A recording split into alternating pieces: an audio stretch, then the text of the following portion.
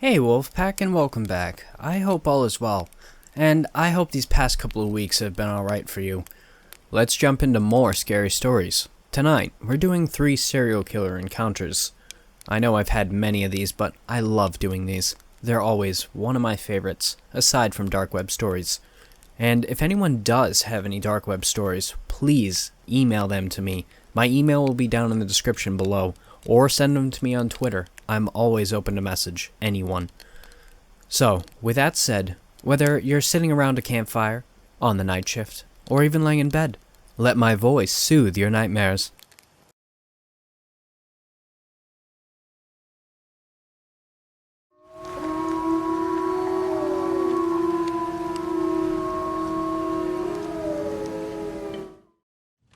Isn't it funny how some people become notorious? The Zodiac Killer has 5 confirmed kills, but he had a nose for publicity. Everyone knows the Son of Sam, but Berkowitz only killed 6 people. A serial killer in an urban area is big news, notorious, an evil legend. One operating in a rural area though, not huge news. Especially if he never gets tagged with a catchy name. If reporters can't get a direct flight there for breathless media coverage, well, who wants to connect? And if the guy is already dead, so there isn't ever going to be a trial, no one hears about it beyond the local paper, and it probably doesn't get more than a few days of coverage. I've painstakingly gathered documents about this serial killer. I know that the threat is real, and I know that with Detective Gaskin gone, that no one is still looking for him. There is no one but me who can connect the dots. No one who will ensure that the public knows the danger they're in. I only hope this becomes public so the world knows. Detective Gaskin figured something was up before anyone else though. The disappearances were random, spread across a large rural area with plenty of people living secluded lives. He didn't even have jurisdiction over most of them, but he started pushing the county to investigate them as connected. His notes make clear he didn't get any traction.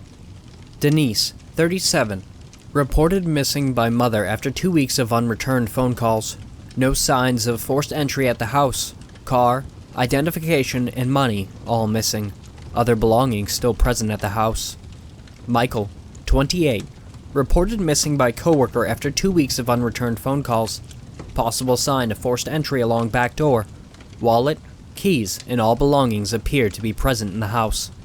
Shauna, 22, reported missing after she did not return to college following summer break. Parents last spoke to her day before she was moving out a temporary apartment and driving back to school. All belongings missing. Lyle, 45, reported missing by business partner after missing 2 standing meetings. Car, wallet, and identification all missing. Search of house met with negative results. It goes on like this. 37 missing people over the course of 4 years. Some several hours away by car. Detective Gaskin was the only one who saw the pattern. I wonder if he could have convinced others. If it would have helped. If some of those people wouldn't have been taken. If more than 6 would have survived. Excerpt of interview with Denise, surviving victim, by Detective Gaskin. Are you comfortable? Yes. Thank you for moving me into an office with windows. Of course. I understand how windowless rooms must feel after everything. So, where was I? You were summarizing your 8 months of captivity. Yes. It was awful. He would appear suddenly wearing a mask, doing unspeakable things.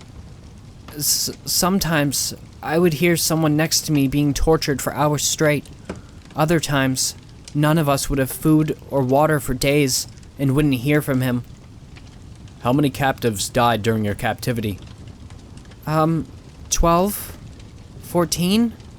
Those are the ones I remember. The loudspeakers would come to life, and we'd be told that we were to bury one of our own. The doors would open remotely, and we'd walk out to the courtyard, and there would be shovels. He never came out during those times. We had to bury the body, and then return to our cells and close the doors. Did you ever try to run? Yes, one of the other survivors did. The one who lost 2 of his fingers. Michael? Yes, Mike. The first time we were let out, he made a run for the wall, but a gunshot rang out and he stopped. The next time I saw him was when he was missing 2 fingers. None of us tried to run after that. Retracing the notes makes clear that Gaskin was unrelenting. 3 states were sending him every missing person report they had. He was working cases in his off hours, on weekends, on vacations, tracking back and forth, getting descriptions, suspicious vehicles, parking tickets, composite sketches. He had started drinking more, feeling that he was letting these people die. This killer was something different, a ghost in the mist, always a step ahead of him. And in all of this, Gaskin never caught a big break. There were too many miles of road to cover. The killer was too careful. Gaskin would later guess that he never let his guard down. He always was ready to call off a target if things seemed a bit suspicious. Anything that seemed amiss would send him off. He never got complacent. How many people were saved from him because of a random car? Because a cop happened to drive by at that right time? Call transcript. Dispatch. 911, what's your emergency? I'm sorry. I know I was trespassing, but something is wrong. Sir, what is your emergency? I was scouting out this old building I heard about from a friend, looking to take some pictures of an old creepy building, and there were people. I'm sorry, people? People screaming for help. They said they were starving. Where? I don't want to get in trouble. Just go here. There's an old factory out there. Call ends. Note, this call was made from a payphone 35 minutes from the compound. No witness saw the caller. Article from the Daily Ledger. House of Horrors found. Killer believed to be dead. Police searching an old factory in Redacted found a horrible scene Friday when 6 people starving in cells were rescued. Authorities believe dozens more may be buried on the grounds. Police say that the macabre scene is the work of a serial killer who has been the subject of a previously unknown task force headed by Detective Gaskin of the police department. The case received a break this weekend when an anonymous 911 caller exploring the building heard cries from the prisoners and reported to the authorities. Lyle Thomas, 45, was found dead in a residence nearby. It is believed he was the killer, and he appears to have died of natural causes in the last several weeks. No motive for the crimes has been announced. This is a developing story that will be updated. Gaskin didn't handle the abrupt end of the case well. He knew Lyle Thomas hadn't been seen in months. In fact, he was listed as a potential victim. A man with some means vanishing without a word or a charge on his credit card had to be connected to the disappearances. But he thought he was a victim. Still, Gaskin couldn't shake the feeling that something was wrong, that it all felt too neat. He asked for money to continue digging, but he was shot down. Ever since the department faked the creation of some task force to hide the fact that they had ignored Gaskin's warnings for years, it should have been clear that he was never going to get the answers he wanted. He got a commendation and a warning to let it go, that the case was closed. So, his drinking habit became a full-fledged problem at this point. He would sit at home at night, poring over the file and looking for what was missed, listening to the 911 tape and trying to figure out what he wasn't seeing. He started calling in sick and seemed disheveled whenever he left his house. His suicide 6 months later didn't really shock anyone. They all knew he had struggled, unfortunately. Everyone said it was feeling he could have done more that led him to put the gun to the side of his head. That wasn't really it, though. Within a year, all 6 survivors were all missing or dead. Denise, Michael, Chris, Alyssa, Emily, and Kathy. Alyssa, Emily, and Kathy died under suspicious circumstances, hit-and-run car accidents, overdoses at home despite previously showing no signs of substance abuse. Denise and Michael vanished without a trace. Chris was murdered in what appeared to be a home invasion gone wrong. All 6 victims vanish. Police notes. 6 individuals recovered alive from abandoned factory. Individuals have been kept alive for between 2 and 12 months. All of the individuals had been tortured in some way, with one male individual having had 2 fingers removed. Beatings and other abuse were apparently normal. All the victims bear numerous scars and will be referred to psychological counseling after they are released from the hospital. 22 bodies have been found buried on the grounds thus far, and more bodies are expected to be recovered. Based on interviews with the victims, there seems to be little correlation in how long a prisoner stayed in the makeshift prison, or why some were kept alive much longer than others. Another adult male believed to be the perpetrator was found in a makeshift residence inside the old factory. He was in good health and bore no signs of the torture that the other victims did. He is believed to have died between 3 and 4 weeks prior to the discovery from natural causes, based upon the level of decay. You see, the killer knew that he had over. It was time to move on to avoid being caught.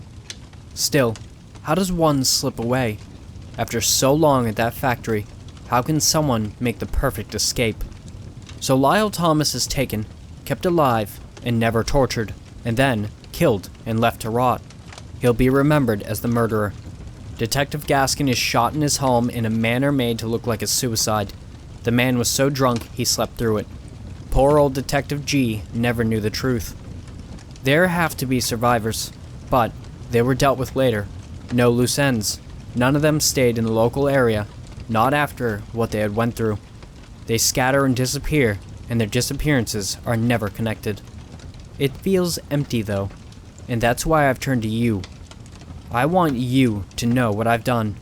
To know I'm still out there. I want people to fear me, to understand the horrible things that I've done, and to know what I'm still doing here. Hunting. My problem is that I was too good. Everyone saw what they wanted to see. They wanted to believe that the monster was dead. They didn't want to fathom a world in which the killer tortured himself to make sure he would be viewed as a victim, where he recorded a gunshot to ensure that no one would ever try to escape after his first fake attempt. They didn't want to fathom a world where the killer would cut off 2 of his own fingers to ensure he got away. When I woke up this morning, I had a major migraine. It probably just got a few too many beers last night with Greg from 3 houses down the street. I made a pot of coffee and turned on the TV to watch the morning news, still with a raging headache.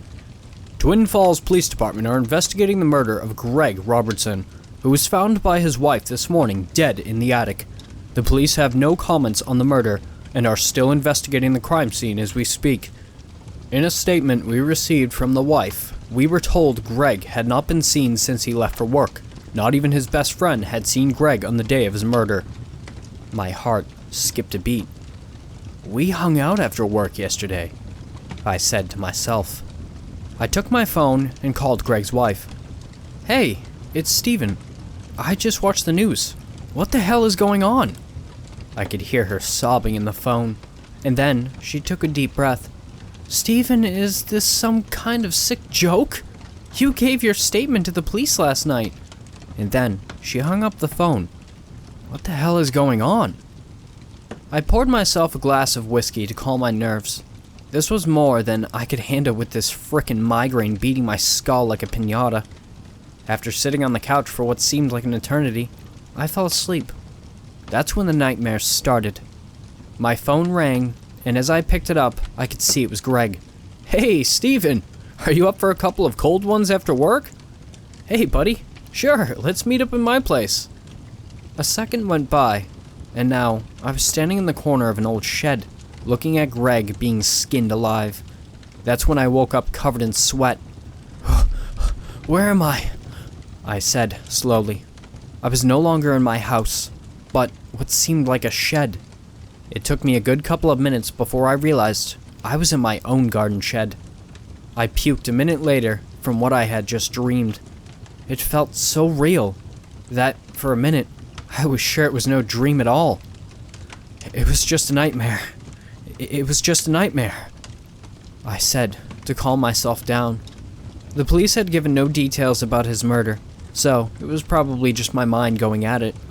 The sun was about to go down, so I must have slept for a couple of hours, I guess. I went back inside the house and decided to take a shower.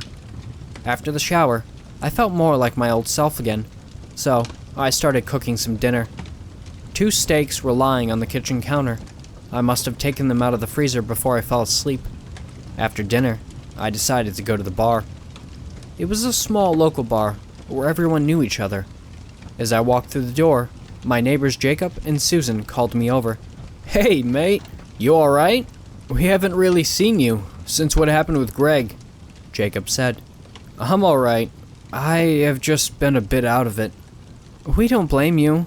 I still can't believe this had happened right on our street," Susan said, with a chilled look in her eyes. "I hope the police will catch this frickin' maniac soon," Jacob said. "Yeah, but you have to admit, it's kinda strange, don't you think?" Susan said, while staring at her beer. "What do you mean?" I said. "How the hell could the killer dump the body in the attic without Emily hearing it?" "Do you think it's Emily who has committed the murder?" Jacob said, with his voice slightly raised.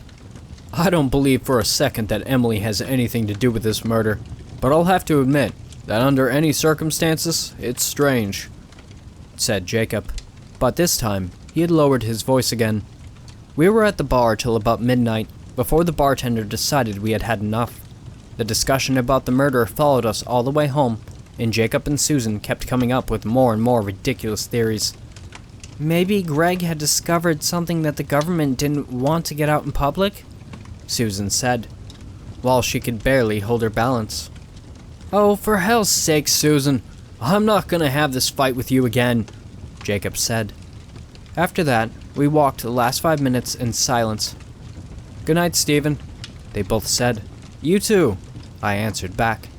I barely made it back to my bed before I collapsed with a terrible migraine again and fell asleep.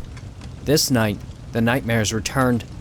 Once again, I found myself in the old shed, but this time, I was not standing in the corner like last time. I walked slowly into a small room in the back, like I was meant to walk there. I had no control over this body. Inside the small room, I saw 2 people with their hands tied to the ceiling. I could not see their faces for some reason. The person to the left was screaming its lungs out, telling the body I was inside to let them go. But I felt no empathy in this body, only joy and excitement. Suddenly, my leg started walking over to the other person, who was clearly unconscious, and started to slowly cut the skin off. I could feel the enjoyment in this body. When the life in the eyes disappeared, the other person was still screaming, not out of fear, but in agony, as the razor started removing the skin from the back. It took roughly 20 minutes before the eyes turned inside out, showing only the whites in them. I felt a smile stretch on the body's face, as my arms cut 2 chunks of meat from each of the corpses, before finally cutting them down. While laying side by side, that's when I noticed it.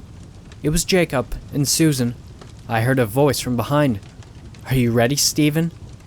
"I've been ready for 15 years, Jack," I answered. We walked down a long hallway, and just before we reached the end, I could see my audience to the right, patiently waiting for me to take a seat. Before I begin this story, I'd like to make it a point and let it be known that although some people might find me disturbed, I myself am no different than you or anybody that you know. That is guaranteed. We all have within ourselves desires that people would call unruly. Some of us feel guilty for these desires, and others, like myself, are left undecided. In December of 1994, I met my first victim. Her name was Anna. Anna was a young woman attending uni. She was beautiful and enticing. I felt as though anyone who had come to associate with Anna wanted to know more about her. I approached her at the bar near my flat at the time. During that period of my life, I had just lost my only brother, the only blood I had left, to cancer 3 months prior. Therefore, I spent a lot of time at this particular bar. At about 7 o'clock, when I would close up shop, I would make my way over to the bar on my bicycle, and I would have spent a few quid by about 7:45. Anna had auburn-colored hair and hazel eyes. Her nose was quite sharp and reminded me of a pixie. Her face, her posture, and her voice were all soft. She was clearly human. She was clearly warm. She was clearly loved and loved many. Unlike myself, though. I immediately knew that this woman would give anyone the time of day and probably trust that most people have good intentions and instincts. Maybe something that she was taught by a mother when coming of age. Maybe her mother had been cynical of humanity and insecure, and so Anna had sworn to stray from the same course. Long story short, soon after some conversation, Anna had come back to my flat for tea. She talked a lot, and I mostly just listened and thought about how her skin glowed while the fireplace crackled beside her seat. I didn't want to kill her. In this moment, frozen frame, I was imagining a life with this woman. I was imagining waking to her in the morning, watching cult films on the sofa, making love with the stereo up too loud. I didn't want to kill her, but I knew what I had to do. There were victims after Anna, but none quite like her. Some of these women were obnoxious. Some of these women talked too much and smoked too much, and you imagined their homes smelt like cat litter and dandruff. I hoped I would meet another woman as soft and as warm as Anna. My sweet Anna. The darknet has never interested me. I haven't spent a lot of time on it, except maybe when I was in early boyhood, and my curiosity cried at me for some time. I decided to take another look into it, because I was feeling very lonely, and felt as though my last 6 victims were only to fill the void I had felt since that night spent with Anna. Her eyes equally as beautiful, after her heart had stopped. You wouldn't believe what I had found. A website almost like Craigslist, but for more obscene requests and or sales. I would tell you more about this website if I wasn't concerned about discretion reasons. There it was, a woman who was willing to allow someone to kill her. In her ad, she had mentioned she could put up a good fight. A run, you can call it. She must know that's the best part. Otherwise, it will only fall boring for both parties. We have exchanged a few messages, and she has also sent me photos of herself. She has strawberry blonde hair and deep eyes. The freckles on her nose are soft. I couldn't believe it. For the first time since Anna, I have butterflies in the core of my stomach. They are only photos, but I suppose I will know more when we meet. Tonight is the night, so wish me luck. Thanks for listening, Wolfpack. If you want to submit your own story, the links for my email and subreddit will be down below. I've also created a Discord, so if you want to join that, the link will be in the description down below as well. Don't forget to like, share, and subscribe. And with that said, have beautiful nightmares, and I will see you next time.